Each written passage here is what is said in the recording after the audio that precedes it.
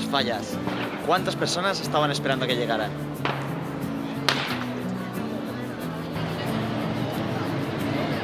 Todos los años, en el mes de marzo, tienen lugar estas conocidas fiestas, declaradas en 2017 Patrimonio Inmaterial de la Humanidad, que hacen que Valencia se llene de color y de un ambiente festivo inmejorable. Lo que ves a tu alrededor es la plaza del Ayuntamiento. Aquí no solo se planta la falla de la ciudad, sino que también se monta el recinto donde se llevan a cabo las famosas mascletas, esos espectáculos sonoros que los maestros pirotécnicos valencianos preparan a conciencia para sorprender a su público. Prepara los oídos.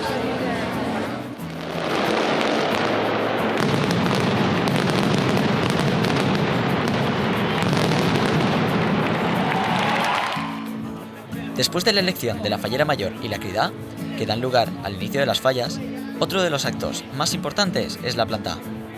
Después de todo un año de trabajo, los artistas falleros sacan a relucir sus monumentos, con lo que comienza oficialmente la Semana Fallera.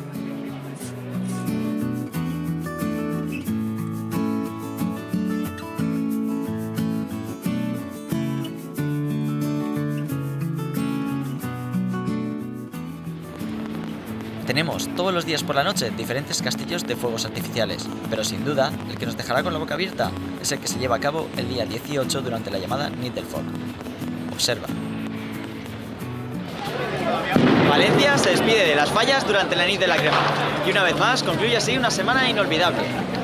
Este año ya se cierra un ciclo, pero se prepara el del próximo año. ¿Te lo vas a perder?